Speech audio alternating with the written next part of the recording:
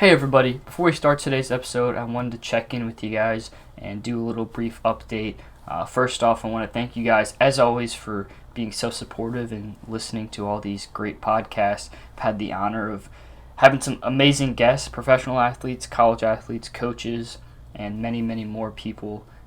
So I'm overwhelmed with how great it's been, and you guys have really encouraged me, and I want to keep growing this thing as far as I can. So with that being said, if you guys don't know yet, I have linked some podcast merchandise, as you can see on your screen. I got t-shirts, long sleeve and short sleeve, crew necks, and hoodies in a white color and an ash gray. If you would have told me back in December that I would have podcast merchandise, I would have thought you were crazy. But here we are, and I'm super excited. It would mean a lot for me to have a bunch of people, repping a Playmakers view, show their support, wearing it around campuses, wearing it to different, going out and all that stuff, so people can learn about Playmakers view, and get to watch my videos and learn from my guests, which is the whole point of the podcast. So that's pretty much it. Just wanted to check in with you guys, give you guys an update. The store link will be in the description below, so feel free to hop on the site and get yourself some podcast merchandise. But that's really all I got. We'll get started with today's episode with Tyler Zombro. Hope you guys are doing well out there. Here we go. Today I have a super cool guest joining me. His name is Tyler Zombro. Tyler is a member of the Tampa Bay Rays organization. He's a right-handed pitcher for them. He's been between the AA and AAA the past year or two, so he's trying to make his way to the MLB. But another cool thing about him is he is the head trainer at R&D Baseball. We're going to get into those two main topics in this podcast. You guys are going to get a chance to learn about who Tyler is, what he's doing. R&D Baseball is a pretty cool program. He's going to explain that for you guys and kind of just talk about his career and all that good stuff. So we're going to kick things right off, and without further ado, here we go. All right, guys, so like I said, I have Tyler Zombro joining the podcast. First off, Tyler, thank you for joining me. First off, I want to let you introduce yourself, tell the viewers, who you are and kind of what you do. Yeah, so I'm a right-handed pitcher for the Tampa Bay Rays. Split time last year between AA and AAA. I was an undrafted free agent signed by them in 2017. And in addition to that, I'm a little unique where I hold a full-time job as well, where I work at Research and Development Baseball here in DC, where I'm able to train professional college and some high school athletes as well. Yeah. So where did your passion for baseball begin? Was it coming from a young age? Was it your dad kind of pushing you to get into the game? Or is there a specific moment that you can remember, baseball is the game for me? Yeah, my grandfather played pro ball for the Philadelphia A's, so he was certainly a heavy influence there. Obviously, grew up around the game. While you were pushed into it to kind of play from a young age, I think there towards early high school, I kind of fell in love with the training side of the game as well, which then kind of took that passion to the next level. So always had an interest in the game, but then of course fell in love with it when I found that passion in terms of the training stuff as well. Yeah, so I wanted to ask you about the whole training stuff that you do. So can you give the viewers a brief overview of what R&D baseball is? First of all, how did you get into that, and kind of what you do with athletes? And I'm sure you use a lot of technology. So how does that play a factor into your training? Yeah, so I met the two co-owners of R&D back in 2012. I was actually in high school at the time, and in my area, I'm from a small farm town in the Shenandoah Valley, and we didn't have much training like that around. So I met them when I was in high school, and then coincidentally, George Mason was right down the street from them. So actually, my freshman, sophomore, and junior years of college, I would train in there, and it just so happened that I was a pre-physical therapy and kinesiology student. So essentially, I interned there every year throughout college to kind of cover my own training per se. Um, After graduation, I was debating going to PT school or starting work after I went undrafted. So decided to start working there full time. And I was the only other employee besides the co-owners. And thankfully that has taken me a long ways. And I love being around that type of technology. So it's a heavy biomechanics focus, but of course, as TrackMan data becomes more prevalent, and of course, working with pro guys, you have to loop everything back into their data. So our ability to design programs, do pitch design type work, all that's thoroughly enjoyable, and to have it all under one roof and one all-encompassing kind of program is really special. And then, of course, as it pertains to my playing career, the more and more I get exposed to data, the more things I can manipulate on my own. And, I just have a better feel for that kind of stuff now. Yeah, that was going to be my next question. How do you think that whole training, you've had, like you said, a couple years of experience using that facility and stuff. So how has that helped your game improve? Because it's not just about the mechanics, but the mental stuff, and you're working with athletes. So how has that helped your game throughout the years that you've done it? Yeah, I think it definitely allows me to keep things in perspective. Um, I think I've become very good at differentiating, obviously, work in my own training career. And honestly, being the lead trainer there, I'm able to manipulate things with various guys' programs, and I try things out on myself all the time. So in order to better myself and the guys I'm training, I'm always doing trial and error type experiments.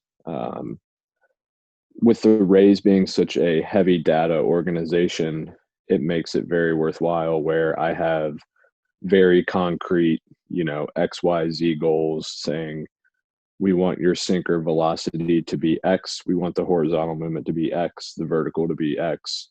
Um, and same for every pitch type there. So I have a clear conscious of what numbers I'm trying to get to and ultimately how that would equate to success for me. Now, do you work with the actual, like, do Rays pitchers from that organization use R&D baseball, or is it more like college level athletes and, minor leaguers? Last off season, we trained 4 guys in the Rays organization.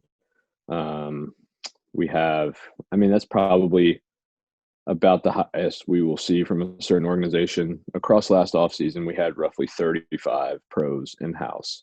So you're getting a variety of organizations. It happens that, we do have a number of Rays guys, and that's a easy conversation because we're all following the same data points there. So I want to talk a little bit about your game. What are things looking like for you? Are you still playing with the Rays right now? Do you have a chance possibly in a year or two to play on the big league team? What does that look like for you? Yeah, being in big league camp was a good experience for sure.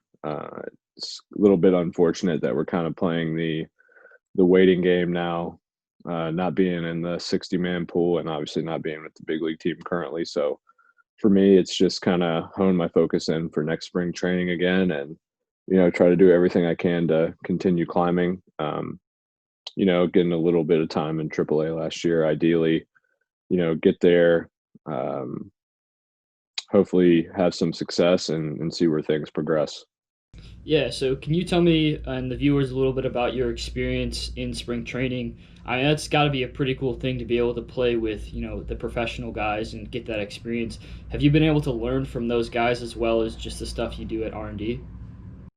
Yeah, I think it's it's really unique, especially with the data. I'm a huge data guy, and I do that 24/7. So for me, it's very unique to hear different perspectives and how guys think about approaching various things, and how we all get to the same data points in different ways. Essentially, I think perception versus reality is a really important component of baseball, where data kind of tells the truth. Meanwhile, our perception of how things may operate is different amongst everybody. And of course, you look at our big league team, and they're showcasing their depth to the extreme this year, and you can see all of our guys from A to Z know their data points and know kind of what perception they need to have on their own to attack things. So everybody has a really good grasp on all of that, which is great to see. And you get to see how these guys are utilizing data and how they approach that on a day-to-day basis.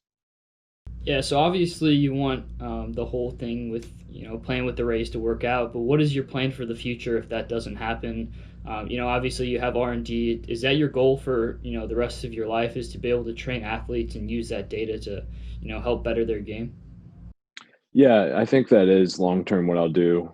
Uh, that may take me to an organization like the Rays or Dodgers or whomever. And there have been some early conversations with that, but I think I would love to do it within an organization. Unfortunately, not everybody. Well, unfortunately or fortunately, not everybody's as advanced as the Rays are in terms of using those metrics, and being able to relay that information to the players is ultra important. So for me, I think my end goal is to probably be in an organization and be able to successfully relay that information to guys, and the on-field application as well. Sometimes there can be a disconnect between the front office and some of the analytics people who kind of approach things in a very you know kind of condensed and kind of simplified manner that may not sit well with the player. Saying, hey, let's add X velo or let's add X break. We know that things aren't that simple. So kind of having somebody to bridge that gap to run alongside the players they develop is really important. Yeah. So obviously, statistics and the data is a big part of the game and how you've learned. Do you have any sort of message besides all the data, maybe like a mental thing that you've done in your career? You played in college and now you're a professional ball player. So is there a message for people out there that you have for them, to succeed?